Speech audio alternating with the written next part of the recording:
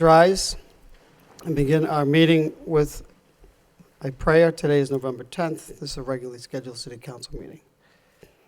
Dear God, today as this session opens, we pray that your presence will be before us and everyone who serves in the decision-making process of our city. We pray for direction which will lead our city to be strong and unified. May we continue the legacy of our founders. May we be granted this day the wisdom to make decisions which will be for the good of our city. We also pray for your special blessing on all those who are working to transform our city to make it a better place to live and work. Amen. Could we now please salute our nation's flag? I pledge allegiance to the flag of the United States of America and to the republic for which it stands, one nation, under God, indivisible, with liberty and justice for all.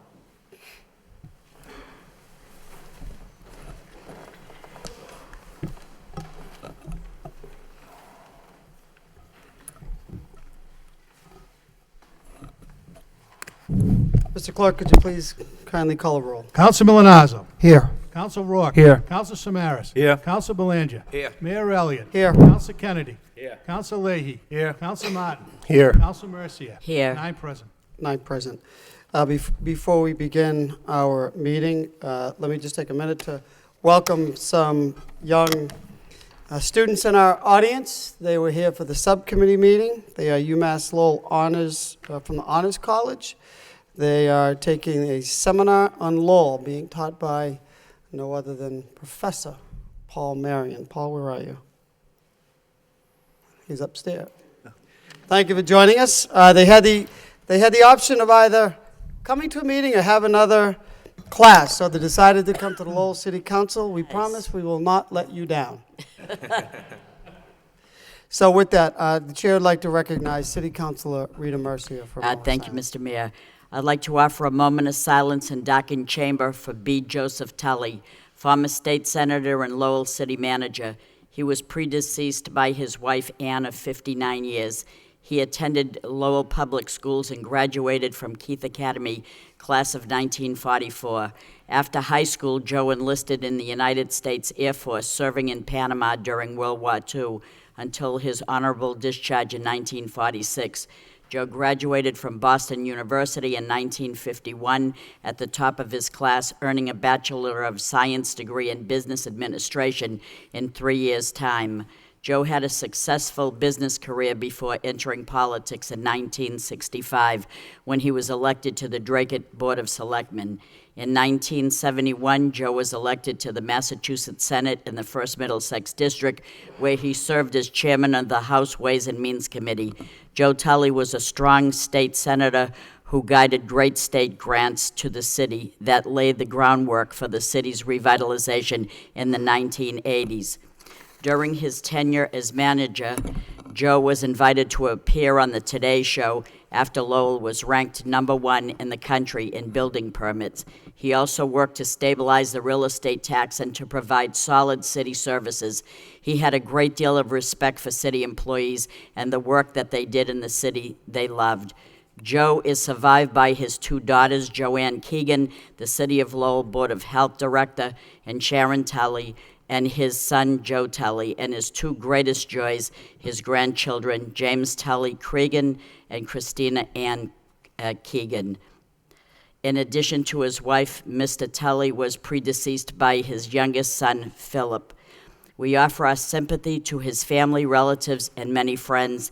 And lastly, I would also like to offer a moment of silence in Docking Chamber to all those who passed away since our last City Council meeting. Thank you. Thank you, Councilor Mercia. If there's no objection, I'd like to offer from the podium a moment of silence for John Jack Machado. Jack Machado died last night at the age of 72 after a long battle of cancer.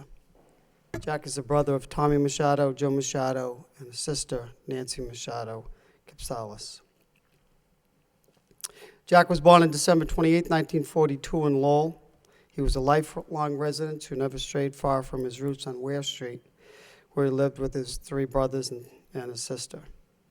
He then moved to South Loring Street in the Highlands, where he spent the rest of his life with his long-life love, Maureen Russo, for 32 years.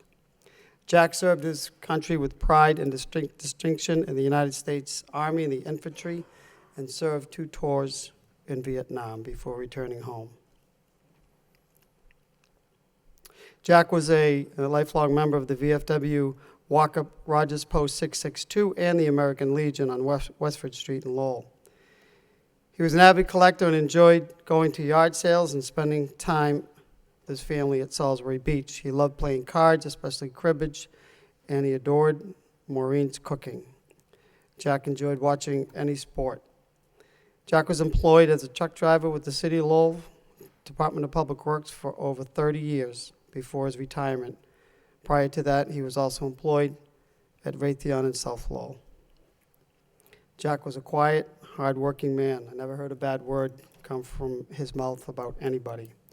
We remember Jack for his contagious smile and his kind demeanor. We'll miss you, Jack. Remember you for all your courage for the months and years you battled this disease. Thank you. Jack would also just like to thank all of the nurses from All Care Hospice in Lynn for their kindness and compassion during his illness. Can we all please rise for a moment of silence in darkened chambers?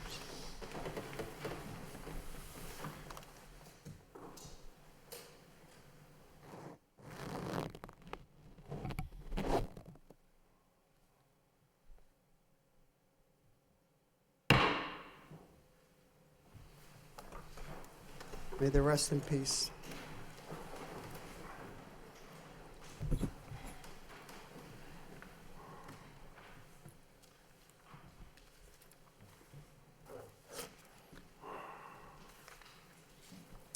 Move to the first item on the agenda. We have minutes of the City Council meeting of November 3rd for acceptance. Motion to accept these minutes and placed on file by Council Samaras, seconded by Council Rourke. All those in favor of that motion signify by saying aye, and the opposed, that motion carries. The minutes are accepted and placed on file. Before we proceed to the rest of the agenda, Chair would like to entertain a motion to suspend the rules to bring in a subcommittee report by Council Mercia, seconded by Council Milanazzo. All those in favor of that motion signify by saying aye. The opposed, that motion carries. The rules will be suspended. Chair would like to recognize Chairman of the City University Partnership Subcommittee, Chairman Samaras. Thank you, Mayor Elliott. Actually, I'd like to make the complete report later on during the meeting, but I'd like to take this opportunity to thank Chancellor Maloney for an excellent report today. And she outlined very clearly that the economic impact that the university has on the city of Lowell. And on behalf of the City Council, I want to congratulate her for becoming Chancellor of this great university. Chancellor Maloney, would you like to say a couple of words to the full committee at this point? Chancellor, we know you just spent a good hour in front of the subcommittee, but we have a new audience. We have a new audience, so. So Chairman Samaras wanted to know if you wanted to just make a few remarks about the relationship with the city and the progress with the university. I'd be pleased to, and first by thanking Chair Samaras for giving me the opportunity to share with you the great news in the latest economic impact study. I think it's great news for the city and great news for UMass Lowell. First, congratulations again to everybody who's been reelected. We couldn't be more delighted. As you know, as a member of this community myself, not just as chancellor, but a member of a number of the nonprofit boards that serve this city, I know the good work that this council does, and I couldn't be more honored and pleased to be working with you all in this new role as we take this university and this city to realize their full potential as a community that we already take great pride in, but we know has more potential for us to realize. So I look forward to working with each and every one of you, and again, congratulations on your election. Thank you. Thank you so much, Chancellor. We appreciate you coming in and giving that very comprehensive update on that report, and we appreciate you. Congratulations. You can see we all are very happy. But if you notice, the one that's most beaming in this council chamber is Councilor Martin. So we're here, but he's going to be enjoying some good quality time. So with that, Councilor Samaras, all set? You want to proceed? Thank you. Okay, so we'll get the rest of the subcommittee report. We just didn't, as much as you would like to stay here with the students for the rest of the meeting, we know that you've had a long and busy day. So with that, we thank you again, and we'll proceed with the regularly scheduled agenda. Which, the first item on the agenda, we have communications from the city manager. We have one motion response, that is a response on the capital project prioritization. Are there questions, or do we want to hear from the manager? What's the wish of the body? Councilor Kennedy? I just like to thank the manager for the report. I think it was a good report. I think I'm the one that asked for it. It was a verbal motion, and I did so after there was a motion response from Councilor Samara's motion. Anyways, I thought it was a good job. I think it's important that that everybody on the city council have that. I think that when people ask about different projects, it's good to know what the Microphone, Council? it's good to know what the priority is, and so thank you. Thank you, Council. Anything further on this motion response? Council Martin? So, yeah, thank you. I thought it was a good report, too. I was curious about the debt that's outside the statutory limit. So I think in the memo it says that's the water and sewer debt, is that right? Mr. Baldwin? That's right, Counselor. So there's sort of two categories under Chapter 44, Section 7 and Section 8 that are allowable to be borrowed with inside and outside the debt limit. Outside is typically those projects that were mentioned for water infrastructure, sewer projects, and there's some other items that are specifically mentioned in the statute that don't count towards your debt limit, and some building construction projects authorized under Chapter 70B are outside the limit as well. All right. So has nothing to do with the fact that they're an enterprise fund, because we have other enterprise funds that count, right? No, it has to do specifically with the statute under which the debt is authorized by the council. All right. And then I do notice, do we still have some reimbursable school debt in here? Yes, we do. There's probably, just off the top of my head, maybe 3 or 4 years left. It's sinking off pretty quickly. We have about somewhere between 2 to 4 million in reimbursements this year and next year, and then it drops to about 2 million, and then within 4 years we'll be done with all of the reimbursements from the school building authority. Okay. But does the whole debt count toward the limit, even though 90% or 80% is reimbursed?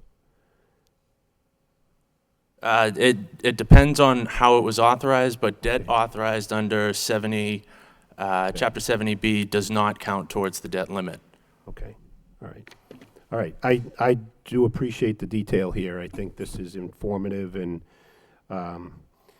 the schedule looks nice the way it is, but I imagine it's not going to stay that way. So, but thanks for the effort. I appreciate it, too. Council, further questions? Council Murphy? Thank you, Mr. Mayor. On perusing the capital project prioritization, I was happy to see the list. I don't know when we're starting it, but I believe a number of us received calls from the Lowell High School field house, the 1980 roof, and it's leaking, and it's an embarrassment to visiting teams coming over here. And so, are we fixing it now as we speak, or is that just on the list that it will be fixed in the future? Where are we with that? Because that's very important. Calls that I've been getting, I just want them to stop. That's kind of all. No, I agree, because I know that's part of, that could be part of the Lowell High School project, but in the meantime, events have to be canceled. Mr. Baldwin? Thank you, Mr. Mayor. Through you to Councilor Mercier. The projects that you see here on the list are not yet authorized, but are in sort of the out years of the 5-year plan. It's always shifting depending on priorities, and obviously depending on the status of the high school project. It will need to be determined year to year whether it's an item that's included for authorization that year. So it's on the list. It has not yet been authorized, to answer your question. Well, it's pretty tough when meets are being canceled. that's kind of a priority with me. You know, that's, should be addressed pretty quickly. And the second thing, not that they're not all important, they truly are, but I've been over to the library, and that carpet really needs to be addressed for the fact that I don't want anybody to trip and something's not right there. So rather than see a claim I just hope we can do something. So I don't know how long a lot of these things are projected out. I wish they'd be projected in. So if we could just look at these, thank you. Other than that, I'm pleased with the list. Mr. Baldwin? Thank you, Counselor. Thank you, Mr. Mayor. Just to add one thing, we do typically, when putting forward the loan order before the council and the language of the loan order, we try to leave it as broad as possible for the purpose for which the debt is authorized. So sometimes we do have a little bit of wiggle room in terms of the projects. So we try not to authorize specifically the Lowell High School roof as the project, but rather school building improvements. So the manager can certainly try to see what might fit within existing authorizations. Well, we have people that are hired as City of Lowell workers. Are they not roofers for the city? Well, I mean, I like to see that they do this job. Just my opinion. No, I think that's a good point. Mr. Manager, is it possible to get a report? I know it's an extensive project, but we need to be able to have that roof repaired, at least for the foreseeable future, knowing that any building project at the Lowell High School is several years out. So perhaps we can get a report from Public Works on what the cost or how we can repair that. Absolutely. We'll come back. We'll have a report relative to the repair of the roof in the field house. I mean, we're going into the winter season, so we know that's going to be a major problem. Thank you very much. Further questions on the capital plan prioritization? Seeing none, motion to accept the report as a report of progress and place on file by Council Martin, second by Council Leahy. All those in favor of that motion signify by saying aye. And the opposed, motion passes. That completes communications from the city manager. We have one more communication. City manager requests out-of-state travel for one individual from Lowell Police Department and one individual from the Division of Planning Development. Comments, questions, concerns on this item? Move to approve by Council Kennedy, seconded by Council Belanger. Roll call. Counsel Milonazo. Yes. Counsel Rourke. Yes. Counsel Samaras. Present. Counsel Belanger. Yes. Mayor Elliott. Yes. Counsel Kennedy. Yes. Counsel Leahy. Yes. Counsel Martin. Yes. Counsel Mercia. Yes. 8 yeas. 8 yeas, motion passes. Moving on to the next, that concludes communications from the city manager. We now move on to votes from the city manager. The first vote of the evening is to authorize the city manager to execute a license agreement with Lowell Gallery LLC for an overhanging sign. This requires 2 readings. Motion to waive the full reading by Council Samaras, second by Council Rourke. All those in favor of that motion signify by saying aye, and the opposed, that motion carries. Second reading will be by title. Commonwealth of Massachusetts, City of Lowell and City Council is a vote authorizing the city manager to enter into a license agreement with Lowell Gallery LLC to encroach upon the City of Lowell property at 219 Central Street, Lowell, Massachusetts. What is the wish of the body? Move approval. Move approval by Council Mercia, seconded by Council Milonazo. Further discussion on this motion, this item? Seeing none, roll call. Counsel Milonazo. Yes. Counsel Rourke. Yes. Counsel Samaras. Yes. Counsel Belanger. Yes. Mayor Elliott. Yes. Counsel Kennedy. Yes. Counsel Leahy. Yes. Counsel Martin. Yes. Counsel Mercia. Yes. 9 yeas. 9 yeas. That item passes. Move on to 3.2. We have a vote to accept a gift of $5,000 from Digital Federal Credit Union to the Lowell Police Department. Second reading, will authorizing the city manager on behalf of the city of Lowell to accept the gift from Digital Federal Credit Union of $5,000 for use by the City of Lowell Police Department in support of Lowell Police Department community programs. Digital Federal Credit Union desires to donate $5,000 to the city Lowell Police Department community programs. This money will be used towards the next Lowell Student Police Academy. The City of Lowell desires to accept the gift of said funds for use by the City of Lowell Police Department community programs. Now therefore be it voted that the city manager be and is hereby authorized in the name of the City of Lowell to accept the gift from Digital Federal Credit Union of $5,000 for use by the City of Lowell Police Department community programs in support of the next Lowell Student Police Academy pursuant to Mass General Law, Chapter 44, Section 53A. Motion to accept. Motion to approve by Counsel Martin, seconded by Counsel Leahy. Roll call. Counsel Milonazo. Yes. Counsel Rourke. Yes. Counsel Samaras. Yes. Counsel Belanger. Yes. Mayor Elliott. Yes. Counsel Kennedy. Yes. Counsel Leahy. Yes. Counsel Martin. Yes. Counsel Mercia. Yes. 9 yeas. Next vote, still under votes from the city manager, or under 3.3. This is a vote to authorize the city manager to execute a MSBA feasibility study agreement regarding the Lowell High School project. This is a very lengthy document. Entertain a motion to waive the full reading by Counsel Belanger, seconded by Counsel Kennedy. All those in favor signify by saying aye, and the opposed, motion carries. The second reading will be again by title. Commonwealth of Massachusetts, City of Lowell, and City Council is a vote to authorize the city manager execute the Massachusetts School Building Authority feasibility study agreement relative to Lowell High School project. Move approval. Move approval by Counsel Kennedy, seconded by Counsel Belanger. Further discussion? Yes, Mr. Mayor. Counsel Belanger. Thank you, Mr. Mayor. Through you to the manager. Mr. Manager, the MSBA will convene on November the 18th, I believe. Correct. Okay, is that for funding approval, or is that for just the feasibility? To invite us into it's actually great news. We fully expect to be invited into the feasibility stage on November 18th, which means we're really 3 months ahead of the timeline Yes, I that think we it's January, anticipated. yeah. So this is really good news if we're invited in on November 18th. We'll be going down to the meeting. But as you can notice, this feasibility study agreement is undated, so it will be dated the day that we're invited in, so we're still waiting for that.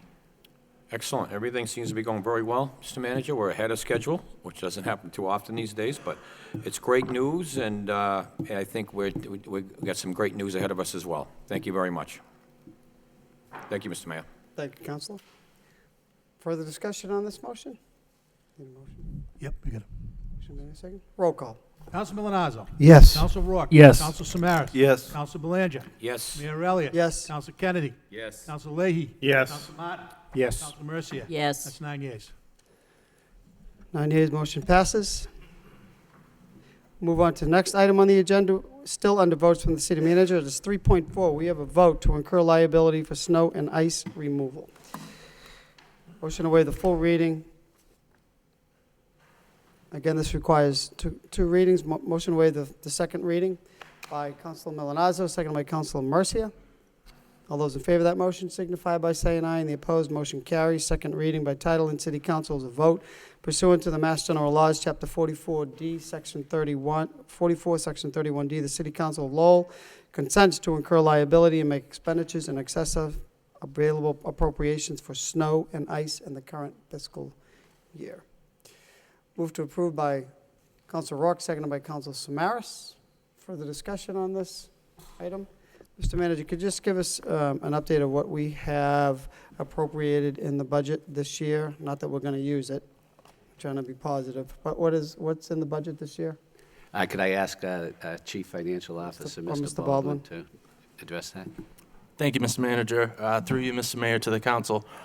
The amount appropriated in the fiscal 16 budget was $1.35 million, which is the same as last year and meets one of the two criteria under Chapter 44, Section 31D to allow to deficit spend. You have to at least budget the same amount as in the prior year in order to be eligible.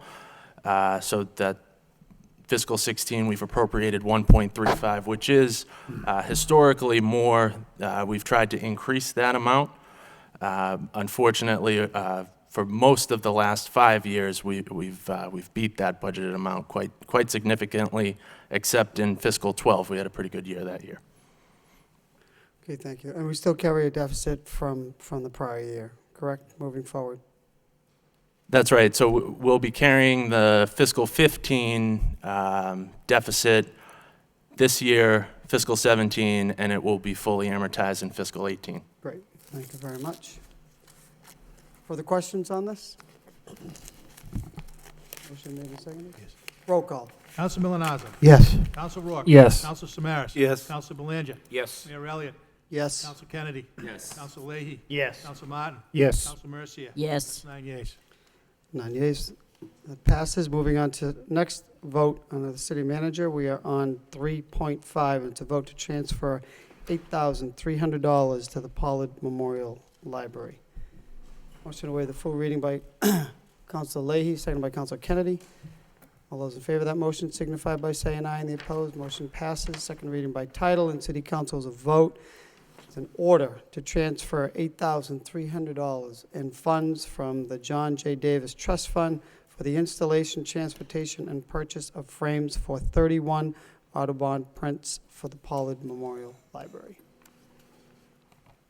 Move to approve by Counsel Belanger, seconded by Counsel Samaras. Questions? Discussion? Roll call. Counsel Milonazo. Yes. Counsel Rourke. Yes. Counsel Samaras. Yes. Counsel Belanger. Yes. Mayor Elliott. Yes. Counsel Kennedy. Yes. Counsel Leahy. Yes. Counsel Martin. Counsel Mercia. Yes. 8 yeas. That concludes votes from the city manager. We are now moving on to the next section. Section 4, this is ordinances from the city manager. We have one ordinance this evening.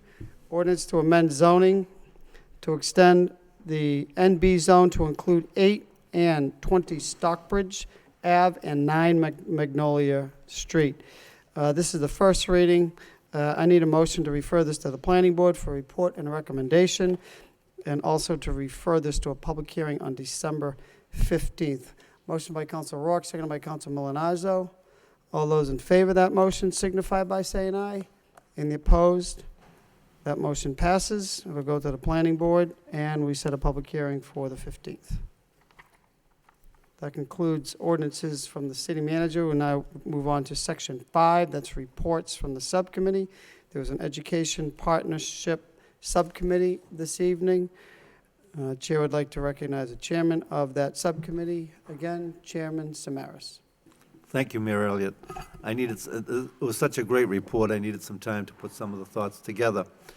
Chancellor Maloney gave an outstanding report on the economic values of the University of Lowell. She talked about the enrollment right now is at 17,500 students. That's the 10th fastest growing public research university in the country. And these are wonderful statistics. Regarding the impact that the university has in Lowell, as such things as students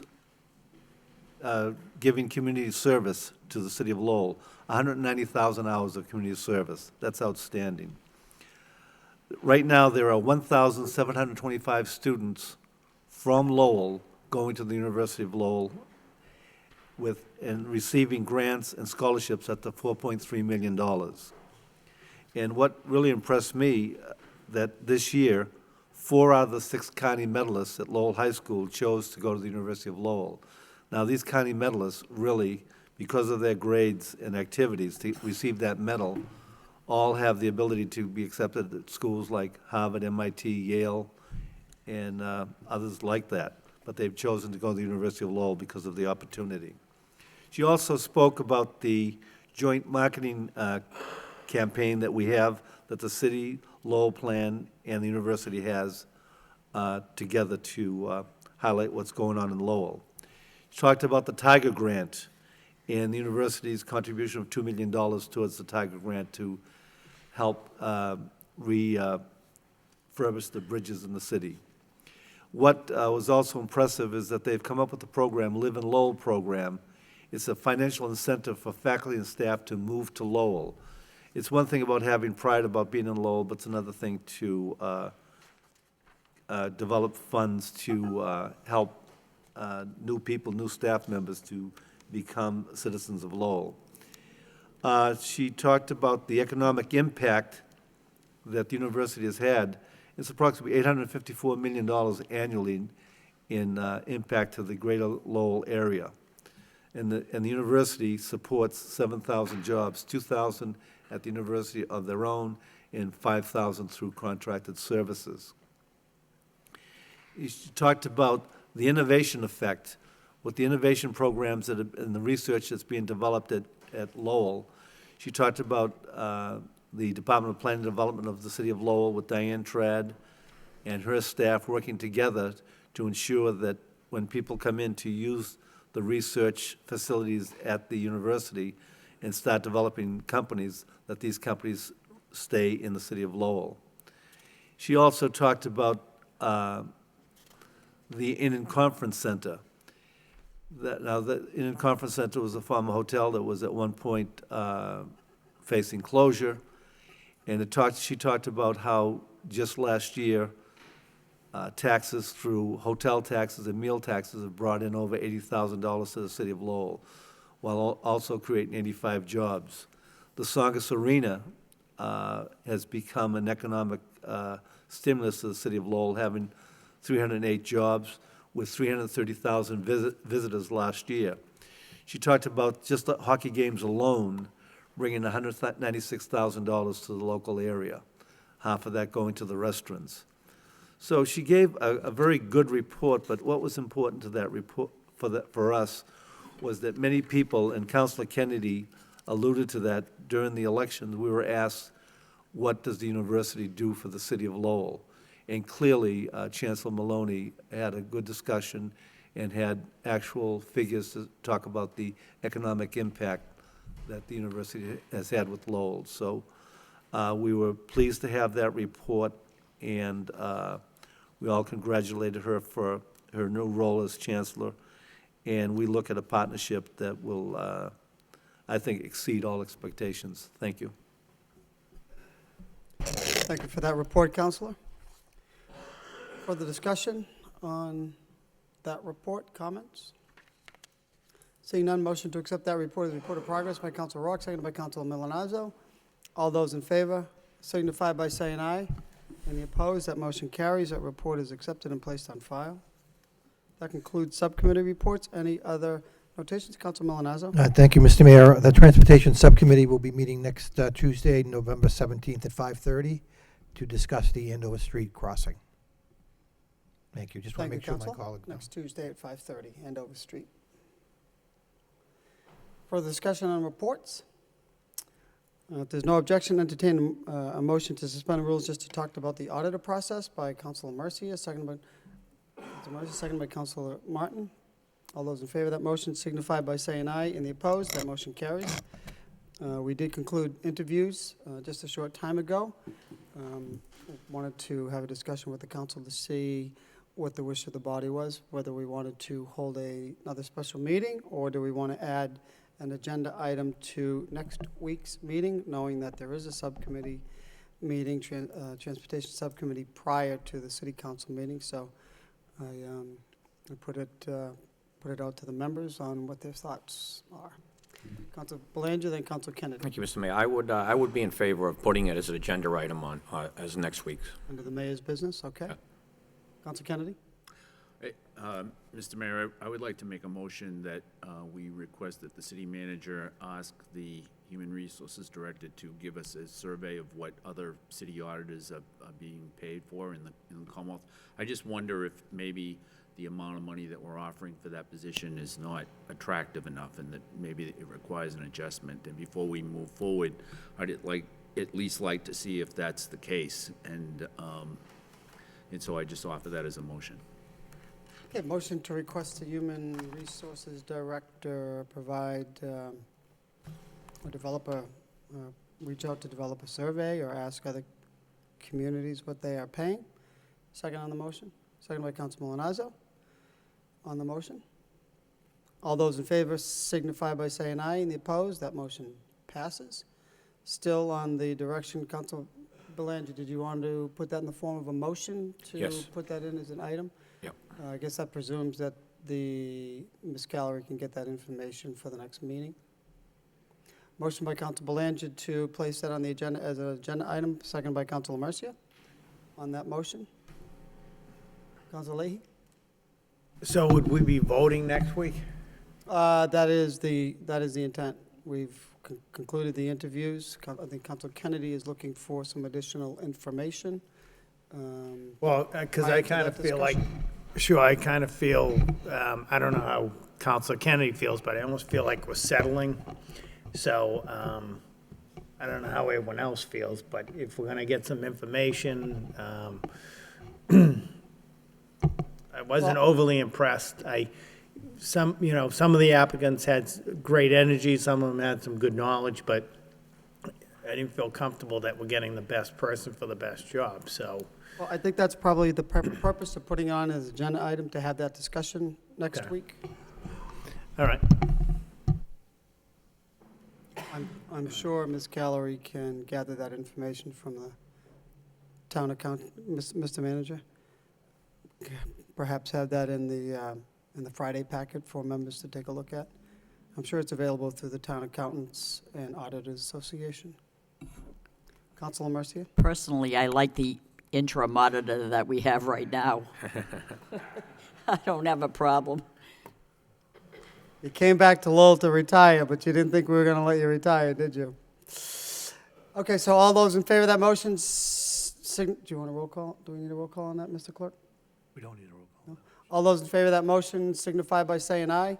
And the opposed, that motion carries. We'll put it on an agenda item. We'll get the information in the meantime and then decide next week.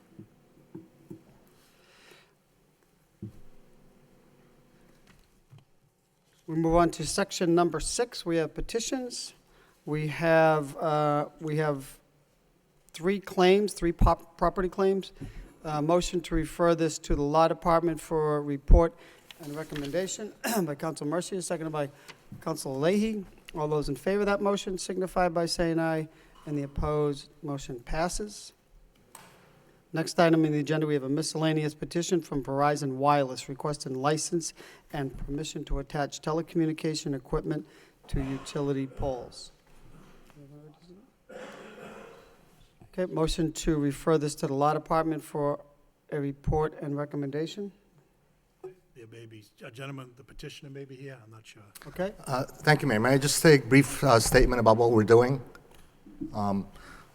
My name is Victor Manugi, and I represent Verizon Wireless. I'm with the McLean Middleton Law Firm, and we're seeking a license from the City Council to install this small, what we call cantinas on the telephone poles.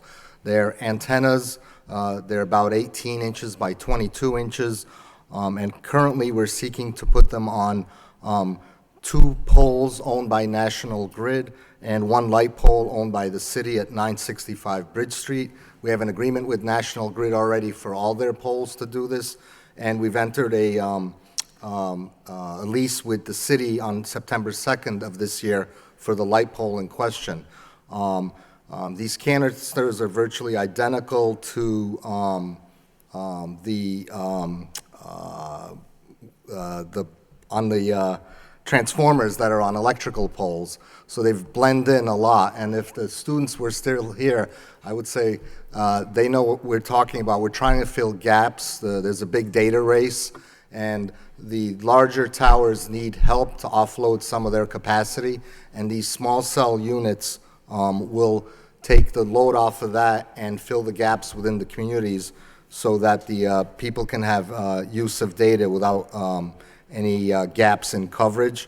And we're hoping that you do this so we don't have to go through the regular process for a WCF facility because cable companies, electrical companies don't have to go to that kind of permitting on existing poles or light poles. And we'd ask that you consider this and approve it. okay, thank you very much. Thank you. Questions? Council Martin, and then Council Mercia, and then Council Rourke. So, did I hear you right that the transformers blend in? That these are going to be like transformers and they blend in? They look like transformers, so they're no uglier than what's there, is what I meant to say. The size is actually on these 15.1 inches wide and 24 inches, 24.2 inches in height. So they're going to blend with what's there. They're not going to, it's not like putting a panel array of antennas on a roof or on a pole. So they're going to look like what's already there on the telephone poles. Maybe on the light poles, they're a little different. All right. So, I mean, I think that's a better characterization, that they're no uglier than what's there before, because what we have are some pretty horrendous situations with transformers and other things. Those are probably National Grid's and not yours, but, you know, I'm going to support the motion to refer to the manager for review and recommendation, but, you know, I think you'll probably hear from other counselors. You know, we've been pretty disappointed with the response from Verizon as far as, you know, you're concerned about data and Verizon Wireless, but FiOS, to me, and many of my colleagues here, is something we've been pushing for years, and just kind of have the stiff arm from Verizon, which is disappointing because it doesn't seem to be that way in surrounding communities. It seems to be a conscious decision to not invest in cities. And your initial comments, I think, are reflective of that attitude. You know, these aren't any uglier than transformers. It's only a city anyway. Let's throw it on a pole. And, you know, maybe we could live with that if we were getting the same services that suburban communities got. But we don't have that. And it doesn't look like we're going to have that. And maybe this isn't the forum for that, and maybe you don't have control over that, or this division of Verizon doesn't have control. But you are the same company, and I think it's worth noting to the general public in Lowell, and I think that you can take back to your client that, you know, we just don't think that Verizon's commitment to the cities in this state is where it should be. And if we can do better, we would like to do better. We would like you to do better. We'd like your client to do better. So, again, this will be referred to the manager, and you can negotiate, I'm sure, Mr. Manager, an effective deal with whatever laws are in our favor here. But I think that to the council for Verizon, that's really the feeling of a lot of the people that we represent here in the city. I will pass that along. Thank you. Thank you, Councilor. Councilor Mercia? Thank you, Mr. Mayor. Sir, will Verizon also offer high-speed wireless broadband services once these attachments are in place on the poles? I don't know that. That is a different division. I will look into that. You're here, but you don't know that. I don't know that answer. So are you asking to allow us permission to give you a license so that you can boost your profits? It's to increase the coverage gaps in the city, to help the residents, the businesses. Well, I think you'd help them more if you could have put in high broadband services that we could get FiOS here. I don't know why we don't have the FiOS service that other communities have. Who's doing this work on this? Who are the people that are, you have a private company coming in doing this service that you're asking for permission for a license? The installers will be a private contractor that They'll be private contracted. Do you not have Verizon workers that could do this job? Workers that live in Lowell and the surrounding Lowell communities? Or are you going to hire a contractor from outside of the state, perhaps? Who's doing this work? Right now, until we get an agreement in place, they don't put the contracts out for bid.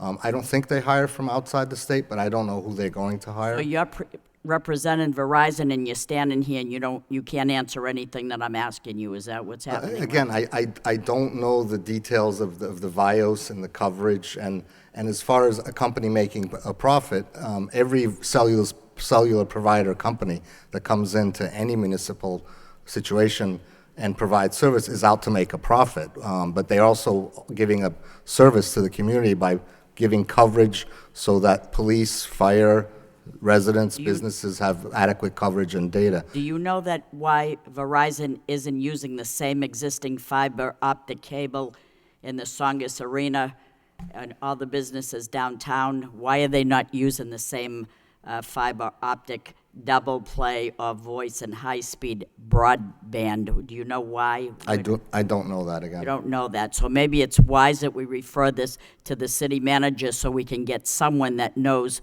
what's going on here. But I'm very concerned about people that live in this city that are Lowellians and surrounding communities, and yet we don't know who's going to do this work. As a city councilor, I would love to give you a license and permission to do this if I could be reassured that the very people that you hired were already Verizon employees that live and work in the city and surrounding areas. I don't know right now who you're hiring to do this work, so I don't know right now if the best thing is to judge this to vote, so referring it to the city manager is the only thing that I'm glad everybody. Understood. I will look into that as well. Thank you. Council Rourke. Thank you, Mr. Mayor. There are a lot of questions that, that the council does have, not just over the past couple of years, but over the past probably decade. And with Councilor Martin and Councilor Mercer's remarks, the purpose of putting these boxes in, seems to defeat the purpose of why we want Verizon to be here. You're giving us a crumb we're asking for, just what other communities do have. And I know it's probably not your question to answer, but is there any reason that you can give us why Fios is not in Lowell already? Again, I don't know that.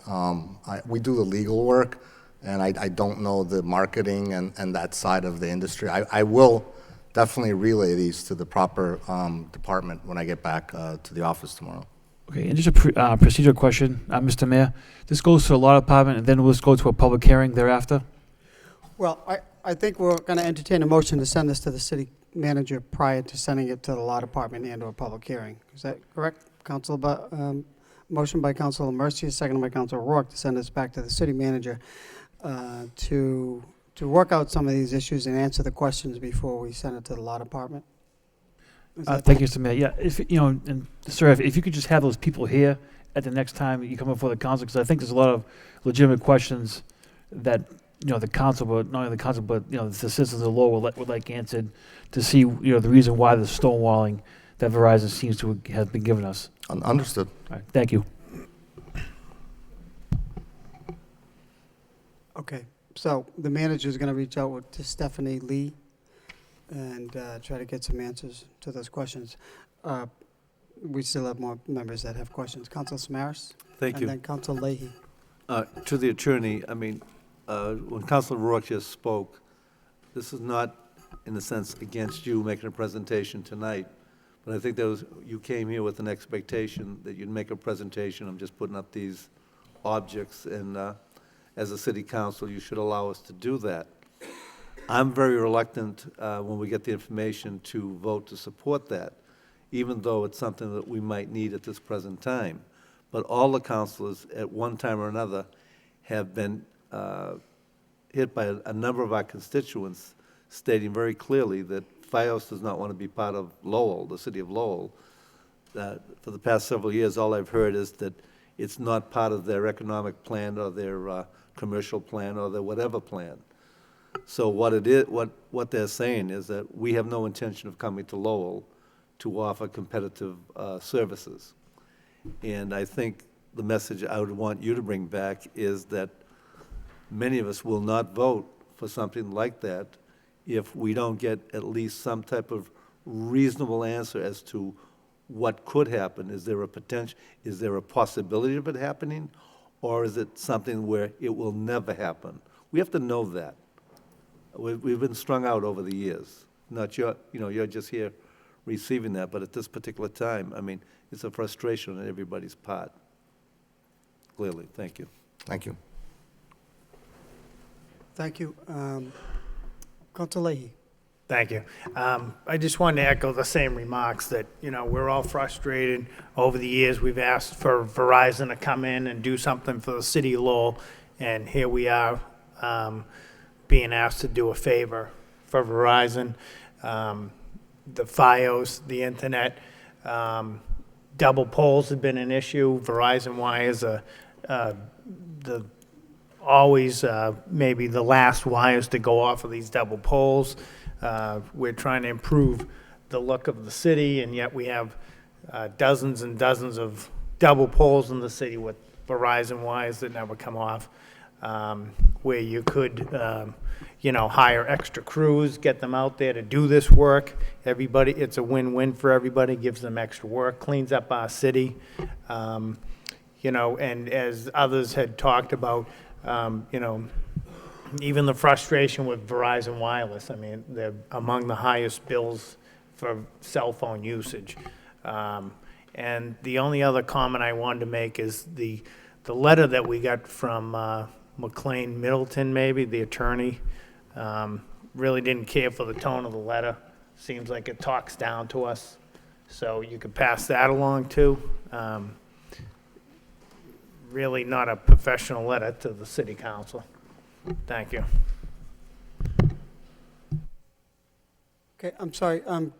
Could we please get your name again Sure. for the record? Victor Manoogian, Manougian. I am with McLean Middleton. My colleague did write that letter, and I will share that with him. Okay. Well, we appreciate you coming tonight. You can see we have many concerns throughout the city with Verizon and Fios and employees and double poles. So we look to work with you. We understand and we appreciate the fact that you're providing a service and you want to improve that service by for our the people that use Verizon Wireless in the city. But here's our opportunity to voice our concerns. So city manager will reach out to representatives from Verizon and work things out, and then we'll proceed with the next step. Thank you, Mr. Mayor. Okay, great. Thank you, very councilors. much for coming.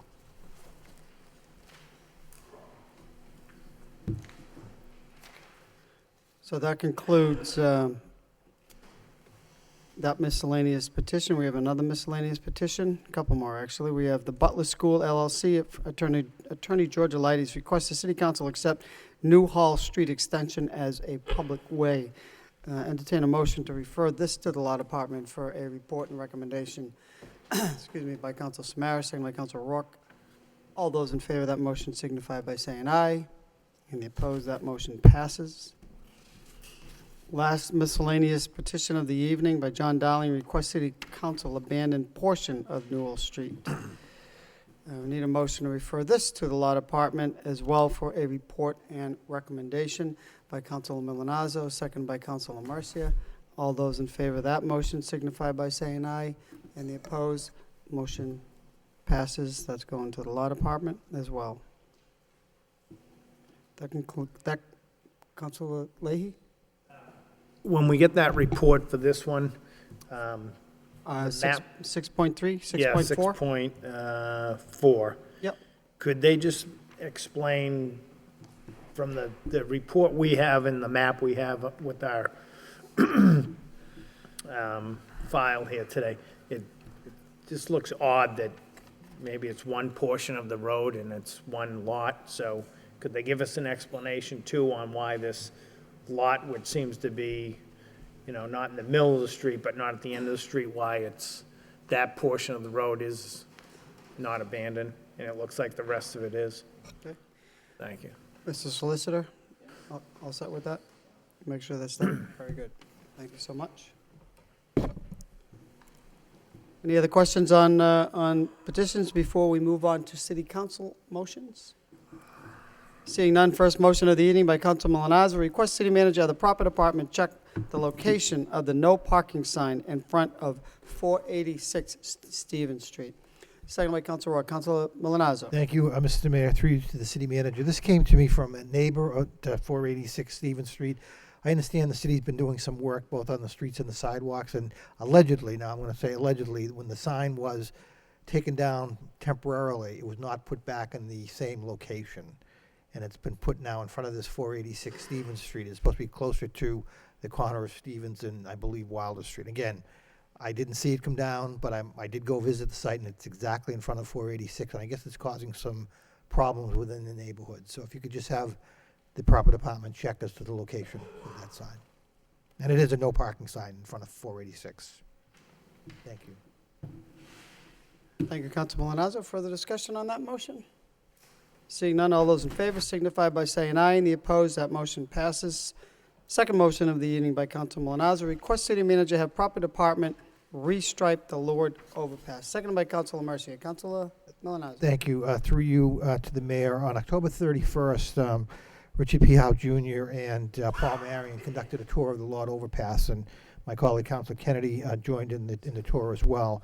And during the walk above and around the Lord Overpass, it became clear that the striping, the stripes had actually faded away. So I was asked to bring this forward by the group to see if we can get that restriped for safety reasons. Thank you. Very good. Thank you, Councilor Milonazo. Further discussion on that motion? Seeing none, all those in favor signify by saying aye. Any opposed? Motion passes. Next motion of the evening by Councilor Kennedy, request city manager have proper department install street light in the vicinity of 34 Jake Street. Seconded by Councilor Leahy. Councilor Kennedy. Thank you, Mr. Mayor. Through you to the manager, this is an issue that I brought up with Mr. McGovern, I think, last week, and so you're probably already working on it, but I just thought it should be formalized, and so I put it on the agenda. Jake Street is a L-shaped street, so in the vicinity of the elbow, it's very dark there, and so they need a street light there. I just picked 34 because that was near the elbow. But anyways, the sooner we can get some light over on Jake Street, I think the better off everybody will be. Thanks. Thank you, Councilor. Further discussion on that motion? Seeing none, all those in favor signify by saying aye. Any opposed? Motion passes. Fourth motion of the evening by Councilor Kennedy and Councilor Samaras, request city manager and superintendent of police provide a report to City Council regarding police coverage in neighborhoods throughout the city. No second necessary. Councilor Kennedy. And then Councilor Samaras. Do you want to start, Councilor Smith? Councilor Samaras. This is something that I think that we've talked about as well, Mr. Manager, and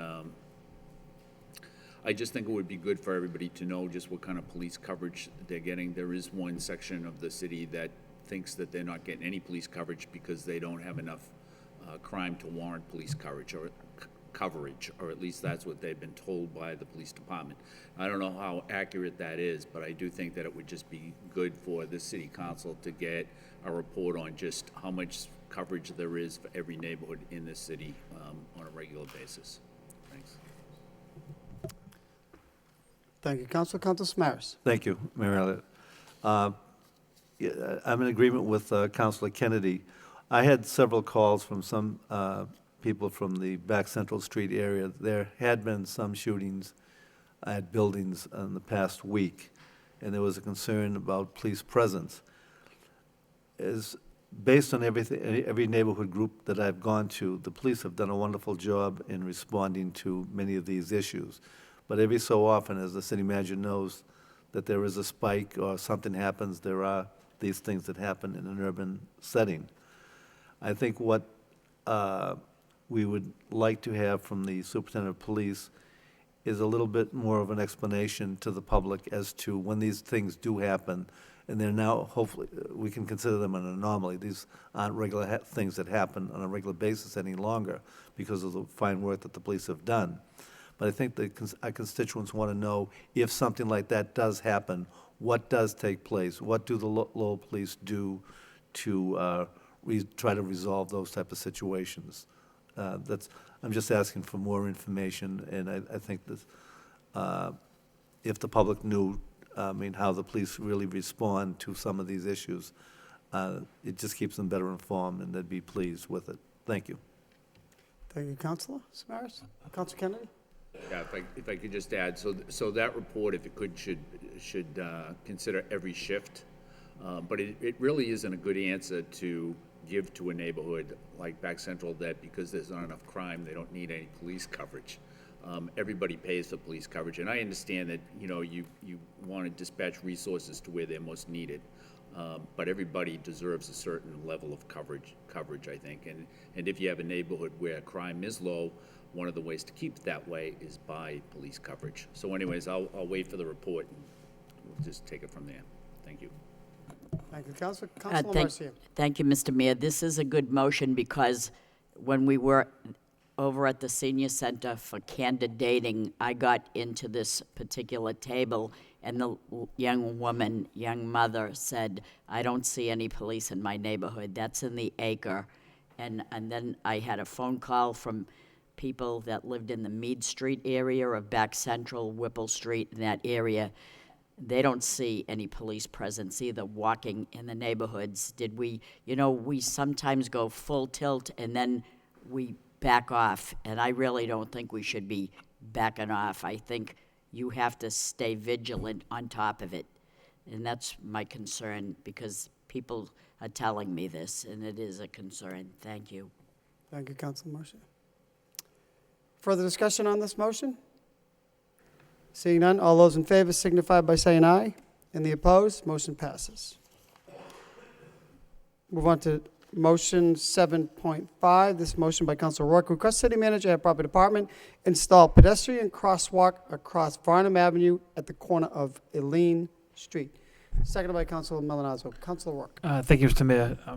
Talking to some of the people around that area, there was a crosswalk there before, and I guess when the sidewalks were put in, there's a curb that's there now. I did hear Chancellor Maloney state earlier that the city's working with UMass Lowell to take the curb out for a crosswalk there, so if something similar could be done at that area, I think it'd be beneficial. That's a city bus stop is right there as well, whereas it's one of the busiest stops in the city, and people are just concerned about people walking across the street. Thank you. Thank you, Council. Further discussion? I think the issue, or I don't think the issue with this is it is very busy, and I had put forth that request as well because neighbors are concerned. It's a very busy area, but it's the curb cuts. The engineers, we need to install curb cuts so it'll be handicap accessible and compliant. So hopefully that can take place soon because it's a very busy. It's a bus stop and it's an LRTA stop as well, so it's a good motion. Further discussion on this motion? Seeing none, all those in favor signify by saying aye. And the opposed, motion passes. Next item, 7.6, Council Leahy, request city manager update council regarding status of the Mark I company in South Lowell. Second by Council Belanger. Second, Council Leahy. Thank you. If you could, through you, the manager, if you could just give us a report on that. I know they're stubborn, but it seems like it's getting a little busier over there and it's a little more messy. So just to keep them on the radar and to keep them on their toes, hopefully they'll do something. But thank you for your efforts on it. Thank you, Council. Mr. Manager, you all set? It's just a terrible situation, and I've been there myself, talked to their lawyer. I'll talk to them again and try and clean it up even more than we have already. Thank you, Mr. Manager. Further discussion on that motion? All those in favor signify by saying aye, and the opposed, that motion carries. Council Leahy, could you take the podium for this motion? Thank you.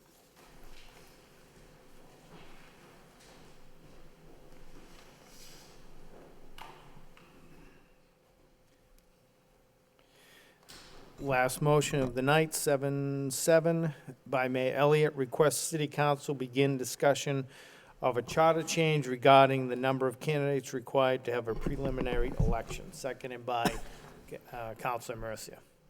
Mayor Elliott. Thank you, Mr. Vice Chair. I said discussion in the motion because I think that's where it should initiate as a discussion. I know prior to the election, there was talk about it, and this is not the first time we've had this conversation in the past. We've asked the legislature and you, Mr. Manager, in your prior position to approve a special act to waive the preliminary election, typically because it eliminates one candidate, and the cost this year was upwards of $75,000. Nobody is trying to obstruct the democratic process, but when we're spending $75,000 where that money could be used in so many other areas in the city, it causes one to pause to say, should we take a look at this and see if we can change perhaps the requirement, maybe increase the number. I understand, when the charter was written close to, or amended, excuse me, back almost 60 years ago, that there was upwards of 40, 50, 60, 70 plus candidates. So there was that need to narrow the field from down to 18 so voters could make good and informed decisions. That being said, I think it's worthy of at least taking a look. I know it's a very long process.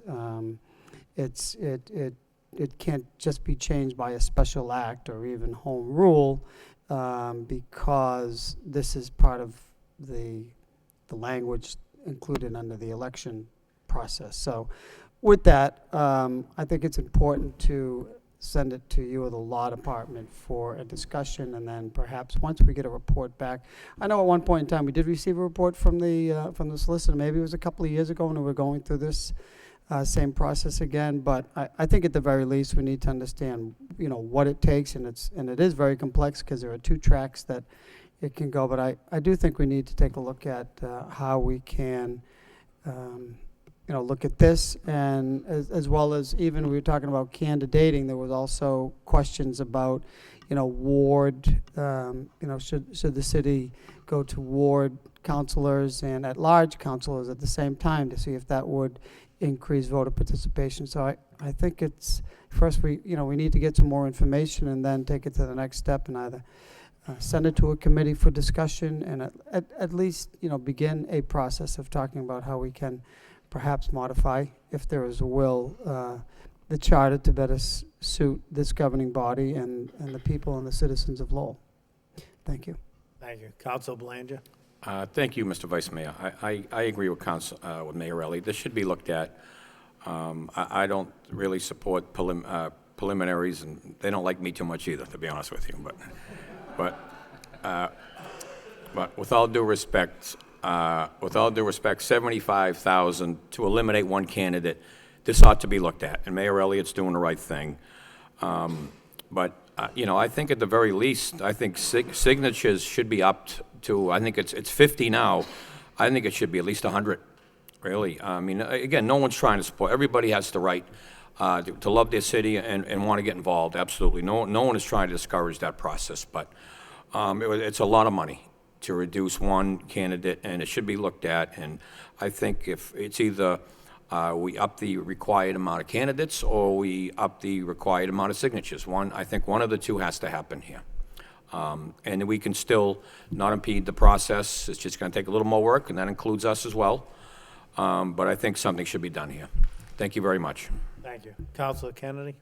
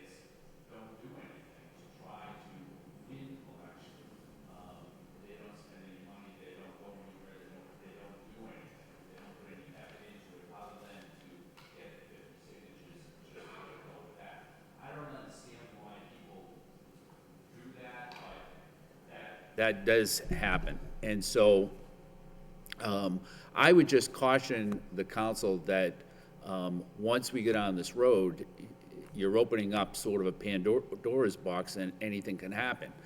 Because I do believe that there are just two ways to change the charter. One is by home rule petition and one is by a charter commission. But I think that because in this instance, what this council would be looking to do would be to modify the election process, or the way elected officials are chosen, that the only option to us would be the charter commission. And I think that once a charter commission was elected, the charter commission, their scope is not so narrow. They can do anything they want. And so down the road, while we might be just trying to take care of one thing, down the road, it might be that there are, there might be a proposal on the ballot that nobody likes, that nobody's in agreement with. And we're doing that just because we're unhappy that we're holding a preliminary election at the cost of $75,000 to eliminate one candidate. I just think that it's a good, the mayor's idea to send it to the law department is a good idea. I think that the law department should provide the council with what options are available, what the scope of those options is, and also a timetable or a calendar of how long this whole thing would end up taking. I think that it's prudent and thoughtful to do that before we make a move in any direction on this, because after we get that report from the law department, it may occur to a majority of us that the whole idea of opening up of starting a charter commission might not be such a good idea. Thank you. Councilor Samaras. Thank you.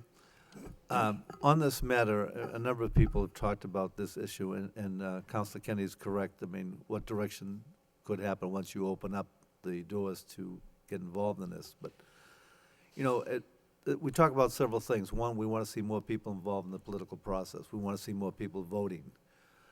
With that, I'm very interested in, you know, like in the signatures that we obtain, actually perhaps make it up to 150 signatures that they have to obtain. I see, right now, the process, in a sense, is so simple that someone on a lot, I'd like to see my name up there, and I want to run. So I get 50 names, 50 signatures, and I'm there.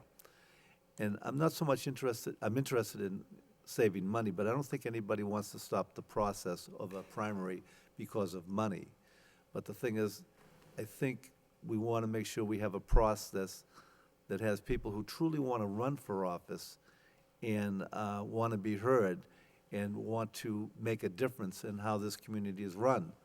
So I think sometimes if you look at a process and you give it some rulings in a sense of that it's harder to just walk in, get a set of papers, go out, get a few signatures, and come back and say, I'm running now for council or school committee or what have you. So I'm just interested in how we can look at this process that ultimately can make the community aware that if they really want this community to have total involvement, that the process could be changed, but if we're involved in a way that's meaningful, not, I'd like to see my name in lights. Thank you.